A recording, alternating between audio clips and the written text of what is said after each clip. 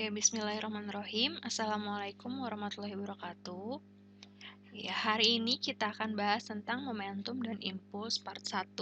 Nah, kalau kalian lihat kira-kira apa sih yang terjadi pada bola biliar ini? Iya, coba dilihat dulu ya. Nah, bisa dilihat ya. Ini pertama bola putihnya kemudian dipantulkan atau membenturkan bola-bola yang lain sehingga bola lainnya kemana-mana ya, gitu. Nah, ini disebut dengan momentum atau impuls. Nah, artinya apa? Artinya ketika bola atau benda salah satunya bertumbukan atau berbenturan, ia akan menghasilkan benda lainnya akan terpantulkan, seperti itu. Kita lanjut ya. Nah, momentum sendiri itu disimbolkan dengan P kecil, ya, di mana ukuran kesukaran untuk memberhentikan suatu benda yang bergerak. Nah, seperti ini. Nah, bendanya bergerak kan ya? Iya, gitu. Jadi, kesukaran berarti kan kesulitan ya. Kesulitan benda untuk berhenti, gitu. Nah, itu yang dinamakan dengan momentum. Karena dia bergerak, maka muncul kecepatan. Sehingga, besarnya momentum ini dipengaruhi oleh massa dan kecepatan gitu. Semakin besar massanya berarti momentumnya semakin besar juga atau semakin cepat bergeraknya atau kecepatannya semakin besar maka momentumnya juga semakin besar seperti itu. Kita lanjut ya. Nah, impuls sendiri itu merupakan ukuran seberapa besar gaya luar mengubah momentum suatu benda. Nah, kalau kalian lihat di sini kan ada sih siapa? Tongkatnya ya, tongkat biliarnya. Nah, ini yang kita anggap sebagai gaya luarnya. Ya, sehingga dia mengubah si bola-bola putih dengan bola-bola yang lainnya itu berbenturan, maka muncul momentum suatu benda. Makanya, impuls itu berbanding lurus dengan gaya dan berbanding lurus dengan selang waktu gitu. Makanya simbolnya adalah satuannya adalah Newton second. Oke, lanjut ya. Nah, hubungan momentum dengan impuls itu sendiri apa sih? Iya, kalau kalian lihat kan bendanya bergerak ya. Kalau benda bergerak berarti dia ngalamin hukum berapa Newton ya? Iya, hukum 2 Newton ya. Hukum 2 Newton itu berarti berbunyinya apa? A sama dengan sigma F per M. Ya, di mana A sendiri itu kan kita dapat lagi ya. Dari A ini kita dapat nih. Dari Vt sama dengan V0 plus minus A kali T. Ya kan? Nah, seperti ini gitu kan ya. Berarti A-nya itu apa? Iya, A itu bisa kita dapat dari Vt min V0 per T. Ya, kita ubah nih A-nya seperti ini. Jadi, Vt min V0 per T itu sama dengan sigma F per M. Kemudian kali silang. Jadi, M Vt min V0 sama dengan sigma F kali T. Nah, tadi itu apa? M kali V. Iya, M kali V itu adalah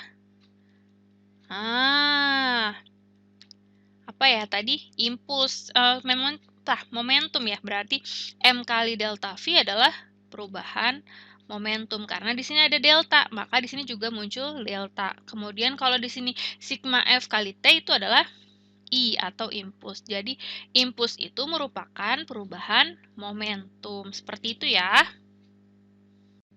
Nah, sekarang kita lanjut ke contoh soal 1. Sebuah bola bermassa 200 gram. Ya, hati-hati nih, satuannya jangan lupa. Nah, massanya 200 gram, berarti M-nya 200 gram.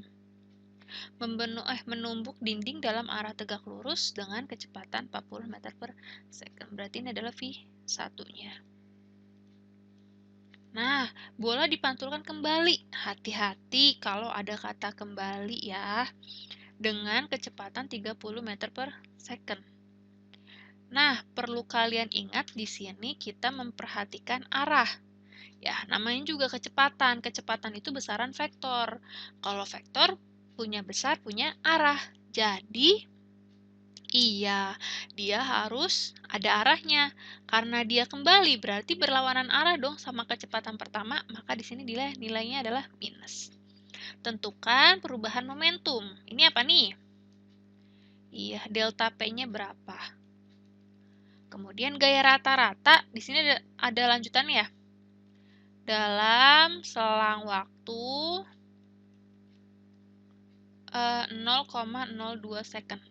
Ya, berarti yang ditanya adalah iya, F dalam waktunya T-nya 0,02 second.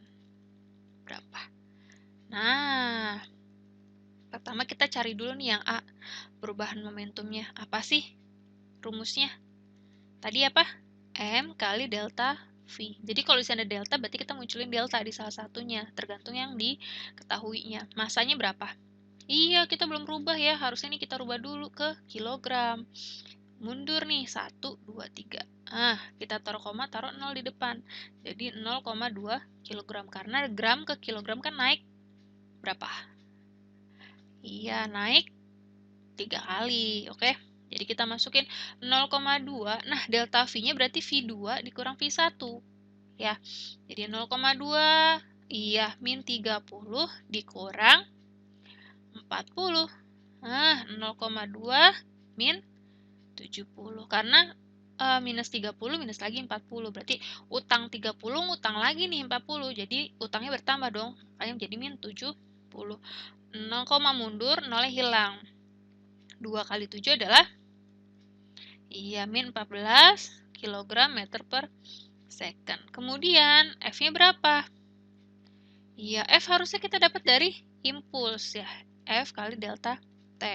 Nah, impulsnya ada nggak? Nggak ada, berarti kita pakai dari delta P-nya.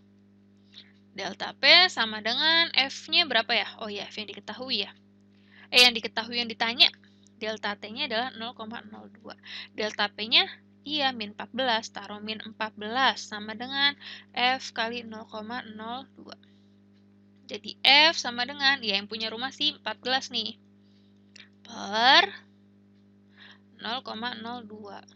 Ya, mundur nih, 1, 2, berarti tambahin 0-nya 2. Nah, 14, coret, tambah 2 jadi 7. Jadi min 700 Newton. Jadi diingat arah dalam momentum dan impuls itu penting.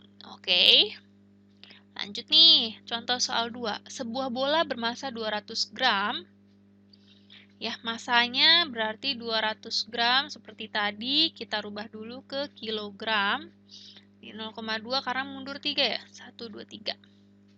Kecepatan pertamanya adalah 4 meter per second. Jadi 4 meter per second.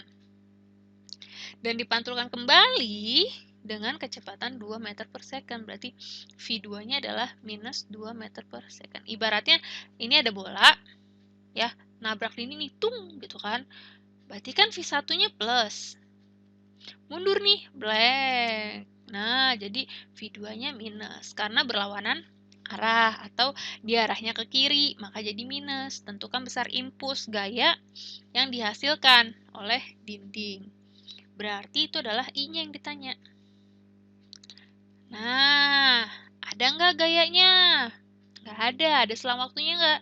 Nggak ada, berarti kita nggak pakai persamaan ini, tapi pakai persamaan hubungan antara impuls dengan momentum. Iya, impuls sama momentum aja ada hubungannya ya. Jadi, M kali delta V. M kali V2 min V1. M-nya 0,2. V2-nya minus 2. V1-nya 4. Nah, kenapa ini? Kok jadi minus? Gitu. Padahal di sini 4. Nah, minus di sini itu adalah rumusnya. Sedangkan minus di 2 itu adalah arahnya gitu. Jadi hati-hati ya. 0,2 kali min 6. Karena utang 2 utang lagi 4. Jadi utangnya bertambah. Min 6. Jadi berapa tuh? Jadinya minus 1,2 Newton second. Ya, ingat impuls satuannya adalah Newton second. Oke. Lanjut nih. Nah, hukum kekekalan momentum. Namanya juga kekekalan ya. Diingat, kalau ada kekekalan berarti ada dua keadaan. Ya, ada dua keadaan. Berarti ada keadaan awal, ada keadaan akhir. Berarti karena ada momentum, berarti keadaan awal itu kita anggap PO, keadaan akhirnya adalah PA. Ya, bukan Pascal, tapi momentum akhir, momentum awal gitu. Nah, gimana ceritanya? Ceritanya ada dua benda. Ya, ini ada A, ada B. Pertama mereka nggak saling kenal gitu. Kemudian dijorogin nih si A-nya, didorong bendanya. Nabrak dong ke benda B, ya. Jadi si A-nya deket dong sama si B. Nah, jadi gini dong ya. A sama B-nya tubuhkan. Ya, ketemu nih. Nah, kalau udah ketemu, berarti kan bisa aja B-nya bisa ke kiri, atau A-nya bisa ke kanan, atau dua-duanya bisa ke kanan dua-duanya gitu. Tergantung nanti soalnya seperti apa gitu. Nah, berarti caranya gimana buat nentuin hukum kekekalan momentum? Hukum kekekalan momentum tadi dibilang bahwa ada momentum awal sama momentum akhir. Berarti ini kan ada dua benda ya. Ada PA, ada PB. Kemudian di PA juga ada PA aksen tambah PB aksen. Aksen ini artinya adalah setelah. Ya, kalau nggak ada berarti dia sebelumnya. Berarti kita masukin MA-VA tambah MB-VB sama dengan MA-VA aksen ditambah MB-VB aksen. Nah, perlu kita ketahui di sini kan arah penting. Ya, kayak misalkan ada bola di sini satu. Kemudian ada bola gede nih. Ya, kemudian kalau bola gede ini ditubrukin ke bola yang kecil, berarti udah pasti dua-duanya bakal ke kanan dua-duanya dong. Ya, bergerak dua-duanya ke kanan. Ya, tapi kita nggak boleh. Itu kita hanya menduga. Ya, ngebuktiinnya gimana? Ngebuktiinnya kita pura-pura nggak tahu aja nih, bola kecil ini apakah ikut ke bola gede atau enggak gitu. Ya, tapi tetap ibaratnya kita harus punya praduganya, dia arahnya akan kemana gitu. Nah, hukum kekekalan momentum berarti kita sampai sini rumusnya. Lanjut ya. Sebuah benda bermassa 5 ton. Wow, 5 ton berarti 5.000 ya. 5 ton. 1 ton berapa kilogram? Ayo, coba diingat-ingat. 1 ton berapa kilogram? Ya, 1.000 ya. 1 ton itu 1.000 kilogram. Berarti ini adalah 5.000 kilogram. Mula-mulanya diam. Berarti iya, V0-nya adalah 0. Tiba-tiba pecah. Nah, si massa yang pertama ini, yang gede ini, yang 5.000, pecah. Jadi, 2.000 sama 3.000 gitu. Kemudian benda yang pecah ini yang massanya kecil bergerak 30 meter per second ke kanan. Berarti ini apa nih? Iya, yang kecil berarti yang mana? 2.000 apa 3.000? Iya, yang 2.000-nya ke kanan. Nah, berarti V1-nya adalah 30 meter per second. Nah, kira-kira yang 3.000 arahnya kemana sih? Itu sama V2-nya berapa sih? Gitu, oke. Nah, caranya gimana? Nah, caranya adalah sama, berarti ada dua keadaan dong. Ini keadaan awal, nah yang kedua ini keadaan akhirnya. Berarti P0 sama dengan PA. Nah, P0-nya berarti M kali V0 sama dengan, M1 kali V1 tambah M2 kali V2. M-nya berapa? M-nya 5.000. V0-nya 0 ya, karena mula-mula dalam keadaan diam. M1-nya berapa? 2.000. V1-nya tadi 30. Nah, M2-nya berarti 3.000. 3.000. V2-nya berapa? Nah, berarti ini 0 ya. 0 sama dengan ini berapa nih berarti nih? 60.000.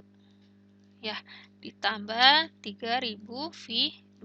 Pindah ruas dong 3.000 V2-nya. Ya, jadi minus 3.000 V2 sama dengan 60.000. Ya, V2 sama dengan 60.000 dibagi minus 3.000. Ada yang bisa coret? Coret-coret, ini coret-coret jadi 2 atau minus 20 meter per second. Nah, minus di situ apa artinya? Iya, minus di sini artinya adalah ke kiri gitu. Jadi besarnya 20 meter per second, arahnya ke kiri. Seperti itu ya.